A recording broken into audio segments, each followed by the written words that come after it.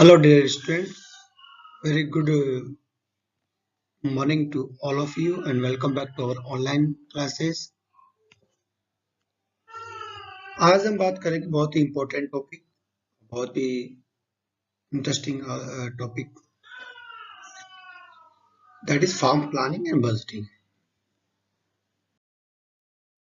Farm planning and budgeting क्या होता है, इसे जानने से पहले एक बार कंटेंट पे नजर डाल लेते हैं कि इसमें हम क्या क्या पढ़ने वाले हैं. फार्म प्लानिंग एंड बजटिंग क्या होता है, why it is important, and types of farm planning and budgeting we will discuss, and what are the good characteristics of a farm plan, and what are the steps to be taken during the making planning and budgeting of farm, and lastly we will conclude this topic.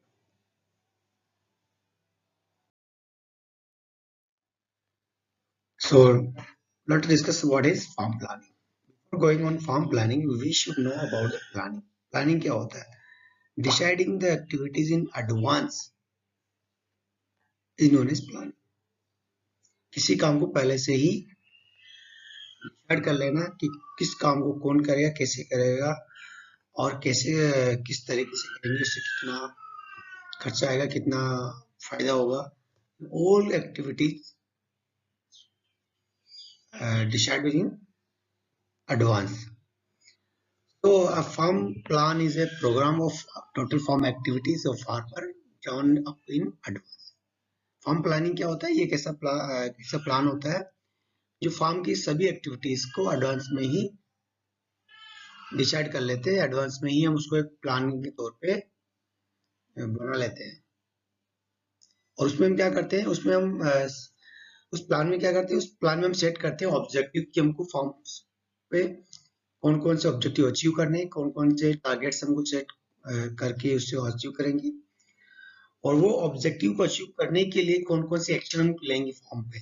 ये चीज भी हम इसमें decide कर लेते हैं, इसमें include करते हैं फॉर्म प्लानिंग में. और फिर जो है, जो हमारे मैनेजरियल फंक्शन है उसको परफॉर्म करते हुए हमारे डिजायर्ड रिजल्ट है उसको अचीव करने की कोशिश करते हैं फॉर्म प्लानिंग के द्वारा. तो basically what is farm planning? Farm planning is deciding in advance the production related problems, financial related problems and marketing related problems. Basically we focus on the problem solving in farm planning in advance.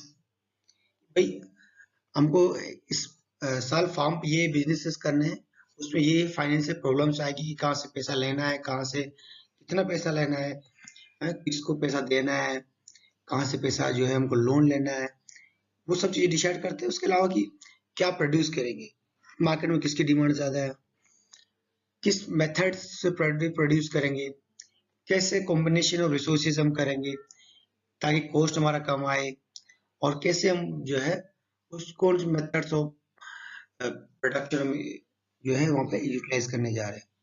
जितने भी हम production relationship पढ़े उन सबका utilise करके हम यहाँ पे फार्म का प्लानिंग करते हैं.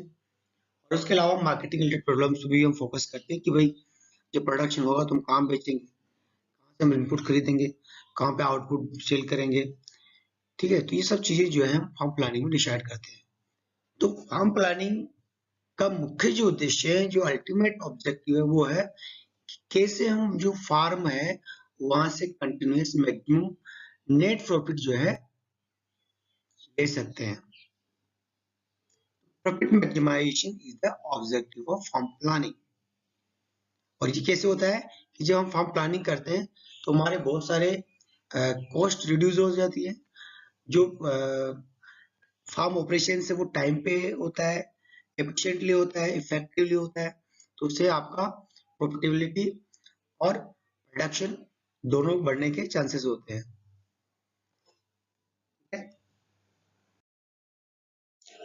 इसके अलावा फार्म प्लानिंग जो है ओवरऑल जो फार्म का जो प्रोग्रेस है, प्रोस्पेरिटी है, उसको गवर्न करता है. क्योंकि आपके पास अगर प्लानिंग नहीं है एडवांस में, you cannot survive in this dynamic and competitive environment.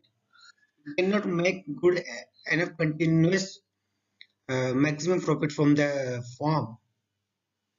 So farm planning is a continuous activity, continuous process and future oriented process which is never ending. क्योंकि फार्म प्लानिंग ऐसी चीज है जिसको कभी भी एंड नहीं होता है। आज आपने प्लानिंग किया, कल फिर इसमें और मॉडिफिकेशन किया, तो इसलिए हम कहते हैं कि फार्म प्लान जो है वो फ्लेक्सिबल होना चाहिए, इजी टू मॉडिफाई होना चाहिए और फ्यूचर ओरिएंटेड होता है, क्योंकि इसमें जो भी हम प्लानिंग करते हैं उसको हम फ्यूचर में इम्प्लीमेंट करते हैं। बाकी चीजें आप यहाँ पे देख सकते हैं, मैं सब चीजों को ज्यादा वो नहीं करूंगा, मैं वीडियो बहुत लंबा हो जाएगा। तो ऑब्जेक्टिव की बात करें तो improvement in the living standard of farmers. Two important objective हम कह सकते हैं फ्रॉम प्लानिंग होते हैं कि कैसे हम फार्मर्स का लिविंग स्टैंडर्ड उसमें इम्प्रूवमेंट करें और कैसे इमीडिएट जो गोल होता है इसका जो है वो होता है मैक्सिमाइज द नेट रिटर्न्स या net income from the farming operations. मैंने बोला कैसे फार्म से हम जो है मैक्सिमम प्रॉफिट लें और उस प्रॉफिट से फार्मर्स का लिविंग स्टैंडर्ड ऑफ जो कंडीशन उसको कैसे इंक्रीज करें, कैसे इंप्रूव करें। These are the objective. तो इस प्रकार से फार्मिंग को जो अगर डिफाइन करना पड़े तो हम कर सकते हैं as a process of making decision regarding the organization and operation of a farm business so that it result in continuous maximization of net returns of the farm business। दो तीन चीजें यहां से निकल के आ रही फार्म प्लानिंग के बारे में। तो it is a continuous process, it is a future oriented process and it is a decision making process. जो फार्म प्लानिंग में हम डिसीजन मेकिंग करते हैं, क्योंकि जब हम फार्म प्लानिंग करते हैं तो हमारे पास बहुत सारे ऑप्शन होते हैं कि भाई हम ये ग्रो कर सकते हैं, ये ग्रो कर सकते हैं, ये ग्रो कर सकते हैं, लेकिन हम कौन सा एंटरप्राइज लेते हैं, उनमें से एक एंटरप्राइज लेते हैं, means we are making decision, we are making choices about the available alternatives. This is the important. आपसे पूछा जा सकता है एग्जाम में what is farm planning, you may write down the what is farm planning, इसको आप define कर सकते हैं, इसके बारे में आप एक्सप्लेनेशन समझा सकते हैं। हम बात करते हैं कि भाई फार्म प्लानिंग इंपॉर्टेंट क्यों है, why farm planning is so important, क्यों फार्म प्लानिंग जो है इतना इम्पोर्टेंट। देखिए आप as a farmer, as a manager, as a farm manager आप देखते होंगे कि आपके फार्म पे ऐसे बहुत सारे रिसोर्सेज होते हैं जो अंडर यूटिलाइज्ड होते हैं, या कुछ ऐसे रिसोर्सेज भी होते हैं जो ओवर यूटिलाइज्ड होते हैं।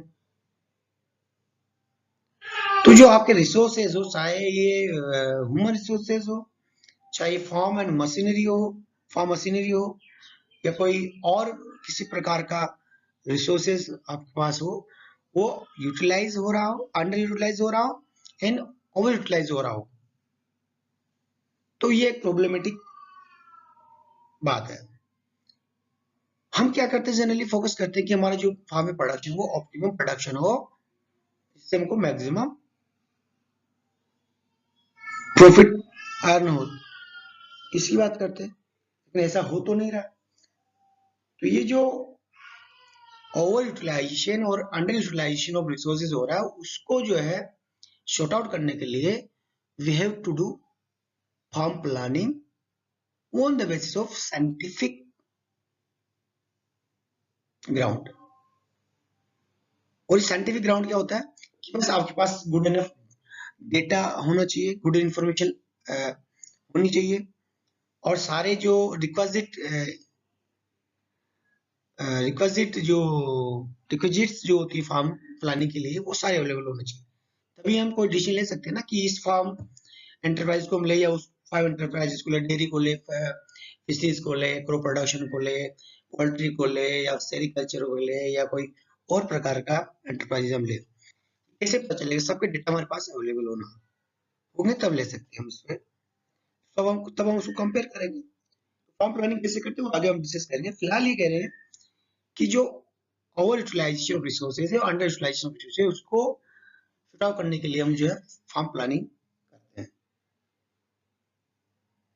दूसरा कि फार्मर्स का जो इनकम है वो कंटिन्यूसली मैक्सिमम हो, कंटिन्यूसली इंक्रीज हो, उसके लिए भी, और उसका स्टेबिलिटी जो है इनकम वो रहे, उसको लॉस कम हो, इन चीजों के लिए हम जो है फॉर्म का प्लानिंग करते हैं। ये फ्यूचरिस्टिक प्रोसेस होता है जिसमें हम ये डिसाइड करते हैं कि फ्यूचर में कौन सी कोर्स ऑफ एक्शन हमको करना है। दूसरा कि हमको इसमें जो है सूटेबल जो फार्म एंटरप्राइजेज है, जो एक्टिविटीज है, उसको सिलेक्शन करना होता है, इसलिए भी हमको फार्म प्लानिंग करने की जरूरत पड़ती है। And this farm planning also ensures the right time of various farm activities and operations for smooth conduct of farm business. देखिए, फार्म एग्रीकल्चर एक ऐसा एरिया है, ऐसा एक क्षेत्र है जहाँ पे अगर आपने जो काम जिस समय पे होना है उस समय पे नहीं किया तो डेफिनेटली आपको लॉस होने वाला है, क्योंकि कोई सा भी आप उसकी एक्टिविटीज को ले लीजिए, राइट टाइम पे अगर राइट ऑपरेशन से या राइट डिसीजन आपने नहीं लिया तो फिर आपको दिक्कत है, आपको लॉस होने के चांसेस है। ये नहीं होना चाहिए आपका, चाहे वो वीडिंग हो, चाहे सोइंग हो, चाहे हार्वेस्टिंग हो, चाहे थ्रेसिंग हो, और चाहे मार्केटिंग हो, चाहे सेलिंग का हो, अगर आपने टाइम पे नहीं किया तो आपको लॉस होना है। इसलिए जो है right time of various farm activities आपको समय पे करना है, और इसके लिए फार्म का प्लानिंग जरूरी है। और फार्म पे जो बहुत सारा वेस्टेजेस होता है, जो बहुत सारा रिसोर्सेज का या असेट्स का या जो हमारे इनपुट्स है उसका जो वेस्टेज होता है उसको अवॉइड करने के लिए हमको फार्म का प्लानिंग करना होता है, या to ensure the better resource use and growth of farm भी हमको फार्म प्लानिंग का जरूरत पड़ता है। देखिए, फार्म प्लानिंग आपको बहुत सारे तरीकों से फायदा पहुंचाती है। एज ए फार्मर आपको जो है marketing, farm record maintenance and overall smooth functioning of business is farm planning necessary. अब बात करते हैं कि what are the types of farm plan.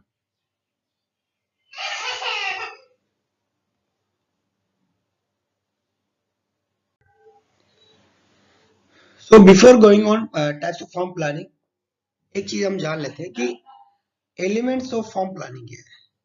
Farm planning के लिए क्या क्या जरूरी है, एलिमेंट्स, तीन चीज इंपॉर्टेंट बताई गई है। वो है, आपके पास एक ऑब्जेक्टिव होना चाहिए क्लियर कट, आपको ये अचीव करना है, इसके लिए प्लानिंग करनी है, फार्म पे ये चीजें करनी है, उसके लिए प्लानिंग करनी है। तो एक ऑब्जेक्टिव होना चाहिए, और आपके पास इसके रिसोर्सेज होते हैं। Of course resources are generally scarce होते हैं। और अल्टरनेटिव एंटरप्राइजेस, क्योंकि आपको सिलेक्शन करना पड़ेगा, चूज करना पड़ेगा, तो कहां से करेंगे, तो लार्ज नंबर ऑफ एंटरप्राइजेस आपके पास होना चाहिए, जैसे आप जो सुटेबल एंटरप्राइजेस होता है उसको अचीव कर ले। So we can say that we need three things to make a strong farm plan, that is an objective, second is scarce resources, and third is enterprises for using the resources to attain the objectives of farm business। तो ये तीन चीज चाहिए। अब बात करते हैं types of farm plan की। दो तरह का फार्म प्लान होता है, एक सिंपल फार्म प्लान, एक complete farm plan. Simple farm plan की जब बात करते हैं तो it is adopted either for a part of land or for a enterprises or substitute one resource to another. जब फार्म में हमको छोटा सा चेंज करना हो, या किसी एक भाग में चेंज करना हो, या कोई एक एंटरप्राइजेस को रिप्लेस करना हो, या कोई रिसोर्सेज को रिप्लेस करना हो, तो उसको हम बोलते हैं सिंपल फार्म प्लान। और ये बहुत इजी होता है, क्योंकि एक पार्ट ऑफ फॉर्म पे ये हम इसको इम्प्लीमेंट करते हैं, तो ये बहुत इजी होता है। तो ऐसा बोलते हैं कि कोई भी जो जैसे फार्म पे हमको प्लानिंग करना हो, या फिर कोई सा भी हमको चाहे लार्ज लेवल पे करना हो, यानी कंप्लीट फॉर्म प्लानिंग करना हो, या फिर वर्ल्ड फॉर्म प्लानिंग करना हो, हमको सिंपल फॉर्म प्लानिंग से स्टार्ट करना है। एक साथ ही पूरे उसको नहीं खिला डिला देना है, means we can not broke whole bungalow for better improvement in some part. समझ रहे हो ना, मतलब पूरी बिल्डिंग को नहीं तोड़ देंगे एक छोटे से, हम जितने बचते हैं भाई काम करेंगे। तो उसके बाद बात करते हैं कंप्लीट फार्म बस्टिंग।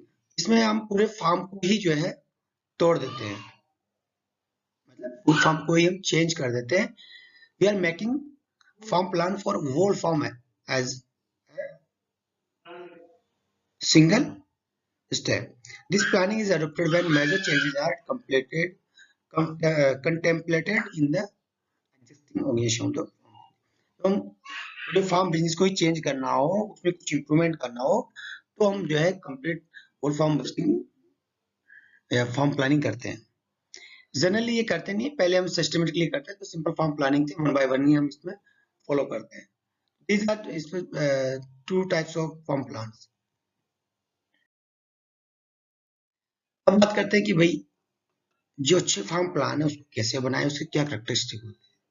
हम कोई फार्म प्लान अच्छा नहीं बना सकते, मुझे पता हो कि उसका अच्छा किसको कहते हैं। तो अच्छा फार्म प्लान किसको कहते हैं, कैसा होना चाहिए?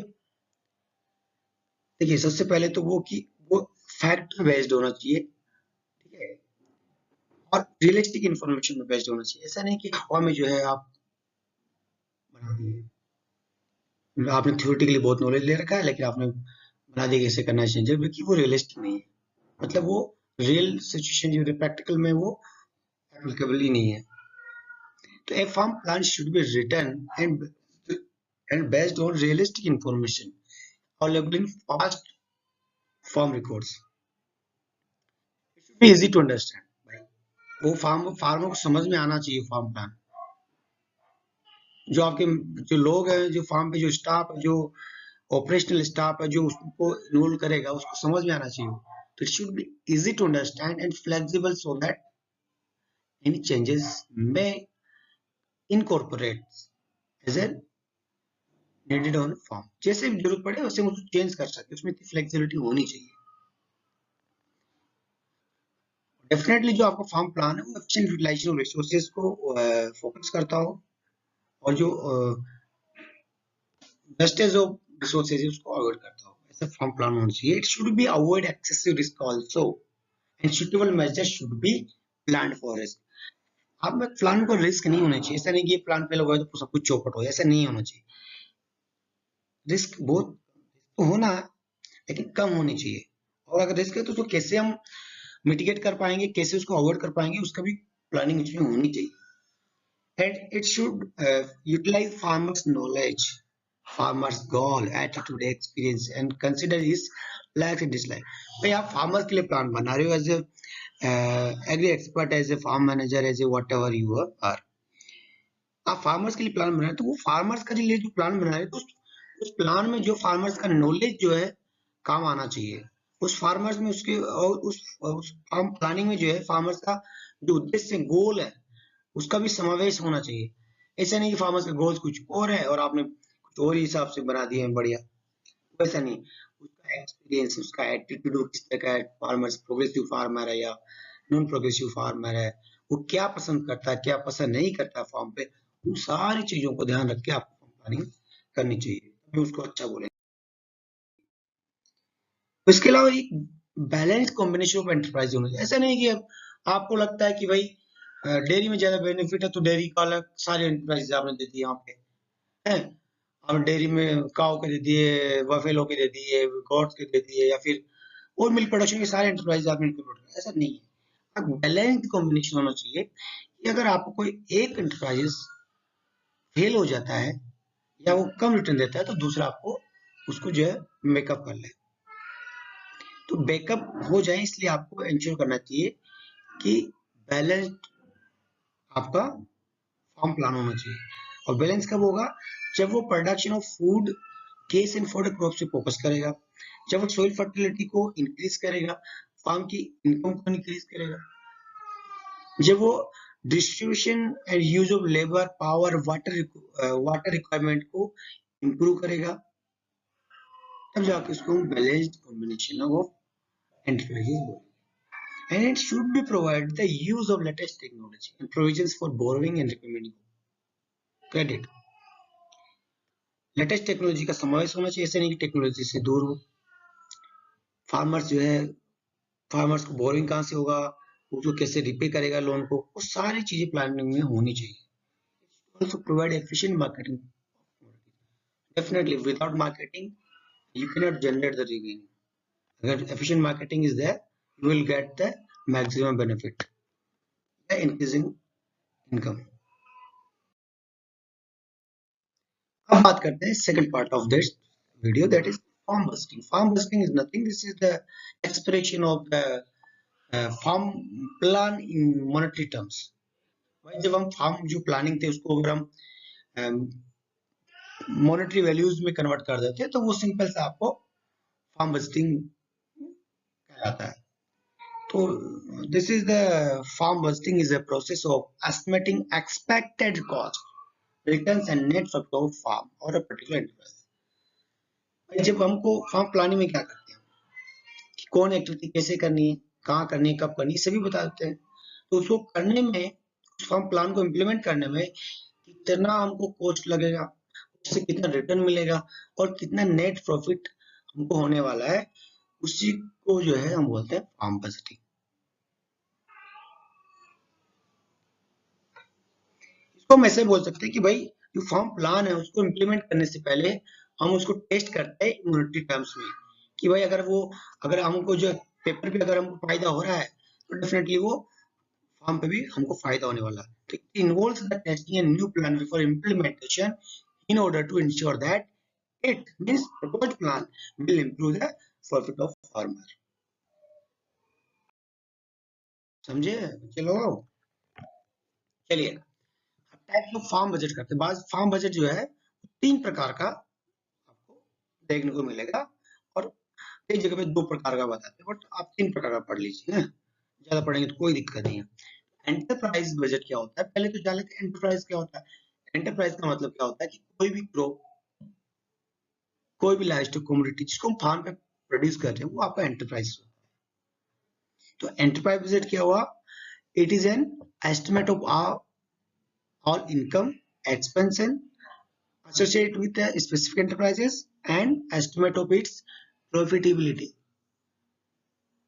एक एंटरप्राइजेस को अडॉप्ट करने में हमको कितना कॉस्ट लगेगा, कितना एक्सपेंसेस होगा, कितना इनकम मिलेगा और फिर नेट प्रॉफिट कितना हो रहा है। This is called enterprises. Means when we are making a budget for enterprises is called enterprise budget. इसका आप एग्जांपल देख लीजिए यहाँ पे।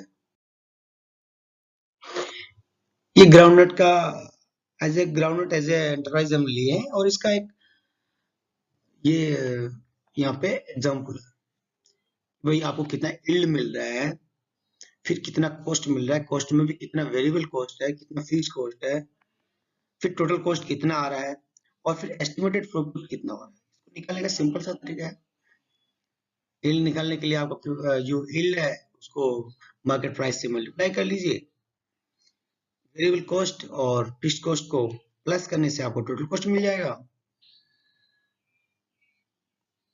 और फिर जो यील्ड है, जो रेवेन्यू है, उसमें से आपको टोटल कॉस्ट को डिडक्ट कर देंगे तो estimated profit. Means in this particular case farmers has to able to generate 2000 approximate 2000 rupees। अगर वो ग्राउंडनट को लेता है तो उसको 2000 का प्रॉफिट होगा। इस पर्टिकुलर डेटा ये श्योर है। एंटरप्राइज बजट इस तरह का होता है, कई बार आपको पूछ लेता है, स्पेशल प्रैक्टिकल एग्जाम में ये पूछा जाता है। उसके बाद में होता है पार्शियल बजटिंग। पार्शियल बजटिंग क्या होता है? It refers to the statement of anticipated changes in cost, return and profitability for a minor modification। ये फॉर्म पे हम कोई माइनर मॉडिफिकेशन करते हैं, कोई छोटा चेंज करते हैं तो उसमें होने वाला जो एंटिसिपेटेड चेंजेस है कॉस्ट में, रिटर्न में, प्रॉफिटेबिलिटी में, उसको पार्शियल बजटिंग कहते हैं। पार्शियल बजटिंग में जनरली हम क्या करते हैं बच्चों कि इसमें कोई इनपुट सब्स्टिट्यूशन हम करते हैं या तो कोई इनपुट को हम सब्स्टिट्यूट कर देते हैं, मतलब एक की जगह दूसरा इनपुट यूज करते हैं। मतलब we are not using fertiliser, we are using manure. हमने फर्टिलाइजर को रिप्लेस कर दिया मैन्योर से, या बुलक लेबर को हम जो है ह्यूमन लेबर से रिप्लेस कर दी। एक तो हम इनपुट को सब्स्टिट्यूट करते हैं, दूसरा एंटरप्राइज सब्स्टिट्यूट करते हैं, मतलब हम पहले हम कुछ और लेते हैं, अब ग्राउंड ले रहे हैं, फिर कुछ और ले सकते हैं। तो हम एंटरप्राइज को सब्स्टिट्यूट कर चेंज करके देखा, और फिर स्केल ऑफ ऑपरेशन, भाई उसके हमने साइज को भी चेंज किया, लार्ज साइज कर दिया, स्मॉल साइज कर दिया, means we change the scale of operation. ये तीन चीजें हम पार्शियल बस्टिंग में करते हैं, और तीन चीजों को चेंज करने से आपके कॉस्ट में, रिटर्न में और प्रोफिटेबिलिटी में क्या चेंज आ जाता है, इसको एक्सप्रेस करने वाला जो स्टेटमेंट होता है उसको पार्शियल बजट बोलते हैं। बजट क्या होता है? एक statement of cost, return and profitability तो होता है ना। पार्शियल बजट का आप देख लीजिए एक एग्जांपल यहाँ पे। पार्शियल बजट का एग्जांपल जैसे यहाँ पे है, सनफ्लावर को जो है इन्होंने ग्राउंड के लिए सब्स्टिट्यूट किया है, ठीक है। अब वो सनफ्लावर लेना चाहता है, एग्जिस्टिंग में ग्राउंडनट ले रहा था फार्मर, और वो उसके पास अल्टरनेट है कि वो सनफ्लावर ले सकता है। तो अगर वो ग्राउंडनट से सनफ्लावर पे जाता है तो उसको क्या क्या कॉस्ट पड़ेगा, क्या क्या रिटर्न उसको मिलेगा, ये यहाँ पे लिखा हुआ है। तो ये आप यहाँ देख सकते हैं, अगर आप माइन्यूटली गौर से देखेंगे तो आपको पता चलेगा कि यहाँ पे जो है आपको कुछ कॉस्ट ऐड होगा, कुछ रिटर्न जो है आपको रिड्यूस होगा, और कुछ एडेड रिटर्न होगा, और कुछ रिड्यूस्ड कॉस्ट होगा। बेसिकली जो हम पार्शियल कॉस्ट को कंप्यूट करते हैं, एस्टिमेट करते हैं, तो उसमें एक फॉर्मूला होता है। एक होता है आपका क्रेडिट साइड और डेबिट साइड। क्रेडिट साइड में मतलब आपको जो है जैसे एडिट कॉस्ट, आप कोई चेंज करेंगे तो या तो कुछ तो कॉस्ट को ऐड होगा, और कॉस्ट ऐड होगा तो कुछ रिटर्न भी ऐड होगा। उसी प्रकार से कुछ रिटर्न रिड्यूस होगा, रिटर्न रिड्यूस होगा मतलब जो पहले मिल रहा था वो नहीं मिलेगा आपको, और कुछ रिड्यूस्ड कॉस्ट होगा। तो ये जो दो कॉलम है ए और बी, इसको हम टोटल करेंगे और बी माइनस ए कर देंगे तो आपको टोटल चेंज मिल जाएगा, जो प्रॉफिट होगा, नेट प्रॉफिट होगा। तो this is simple example of partial budgeting. मैंने जस्ट सुबह रेडी और विटी राजू कहीं से उठाया था मैंने एज इट इज ये, तो this for just example, and we are thankful for the authors from which we have get this information, for their contribution, for their efforts. और last of the complete wasting, जब हम पूरे farm को ही change करना चाहें, पूरे farm की जो ऑर्गेनाइजेशन है, पूरे फार्म का जो सेटअप है, पूरे फार्म की जो आपका डिफरेंट एंटरप्राइजेज है, उन सबको चेंज करना चाहें, तो उसमें लगने वाला कॉस्ट, इनकम और प्रॉफिट जो होता है वो आपका कंप्लीट वेस्टिंग के अंतर्गत आता है।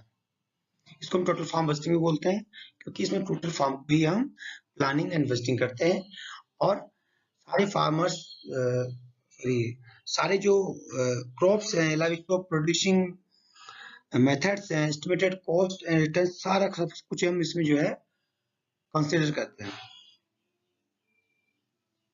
This is complete wasting.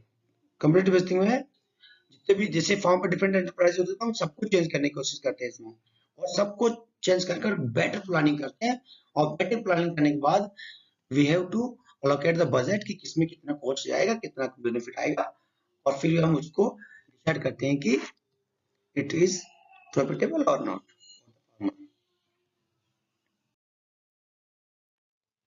Last step of this lecture is steps in farm planning investing. इसमें देखिए, पहली बात तो फार्म प्लानिंग और इन्वेस्टिंग में कोई ऐसे कांस्टेंट या फिक्स्ड स्टेप नहीं है। It is depend on the situation, it depends on the farm, it depends on the farm planner, farm manager, farm, even farmer also. This is totally variable, we can say the process.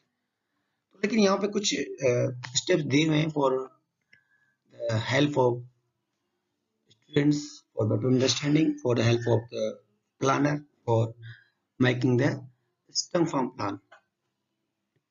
सबसे पहले अगर हमको farm planning करना चाहिए तो आपका farm planning जो है वो फिजिबल होना चाहिए, एक्सेप्टेबल होना चाहिए और अडेप्टेबल होना चाहिए। ऐसा नहीं होना चाहिए कि थ्योरेटिकली बेस्ड, वो रियलिस्टिक सिचुएशन में बेस्ड होना चाहिए, रियल इंफॉर्मेशन बेस्ड होना चाहिए, डेटा पे बेस्ड होना चाहिए।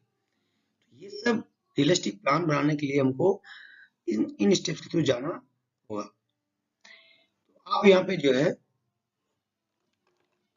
देख सकते हैं कि फर्स्ट स्टेप जो है वो है स्टेटमेंट ऑफ फार्मर्स ऑब्जेक्टिव। सबसे पहले आपको जानना पड़ेगा कि फार्मर्स का ऑब्जेक्टिव क्या है, उद्देश्य क्या है, उसके गोल्स क्या है फार्म बिजनेस से, तभी ना आप प्लानिंग कर सकते हैं। तो आपको सबसे पहले फार्मर्स का इंटरव्यू लेना पड़ेगा, फार्मर्स के बारे में जानना पड़ेगा, उसकी पूरा प्रोफाइल को रीड आउट करना पड़ेगा, समझना पड़ेगा। दूसरा, analysis of existing farm business.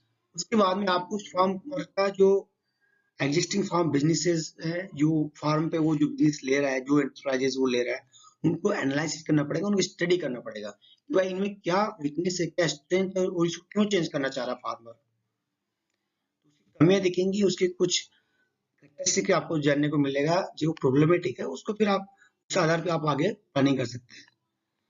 जब आप एग्जिस्टिंग एंटरप्राइजेस को एनालाइज करेंगे, स्टडी करेंगे, तो फिर कुछ वीकनेस, कुछ प्रॉब्लम्स आपको दिखेगी, जिसको आपको लिस्ट आउट कर लेना है for future reference, for future use during the making the farm plan. उसके बाद में आपको collection of relevant information from reliable sources. अब आपको इन्फॉर्मेशन कलेक्ट करनी है रिलायबल सोर्सेज से। रिलायबल सोर्सेज और इन्फॉर्मेशन का मतलब क्या है यहाँ पे, एक तो विश्वसनीय सूत्र होना चाहिए, विश्वसनीय सोर्स होना चाहिए कि कहाँ से आप डाटा ले लो।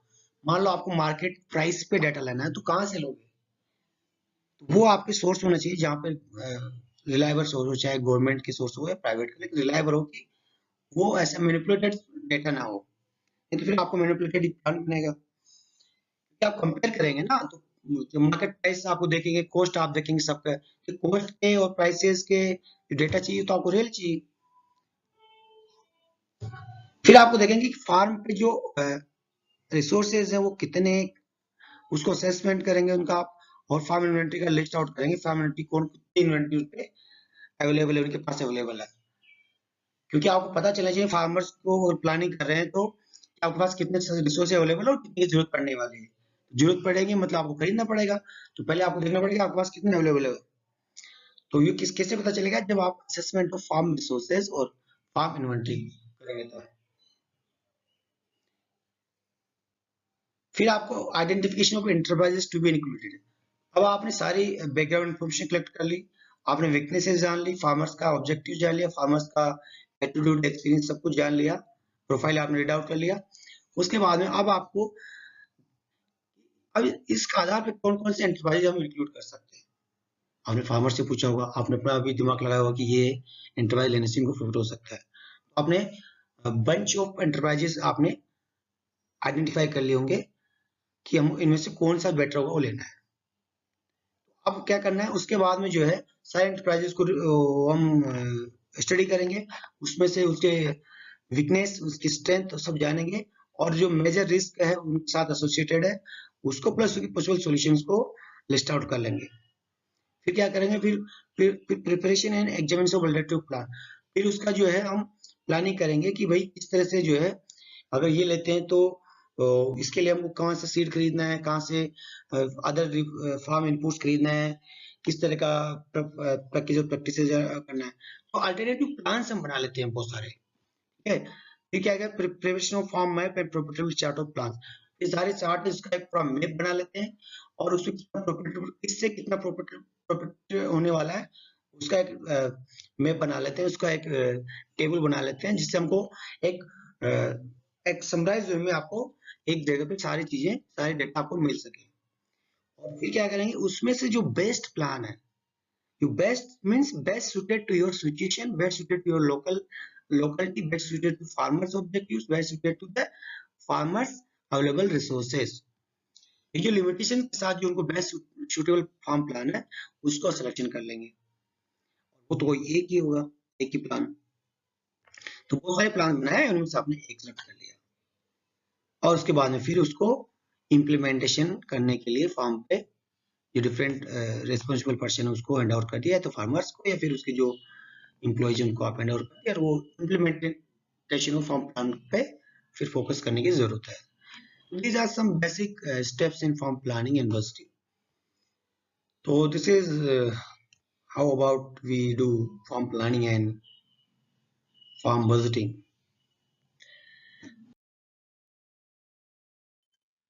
So thank you for watching this video and पसंद आता है तो लाइक शेयर एंड सब्सक्राइब करिए और अपने दोस्तों में शेयर करिए।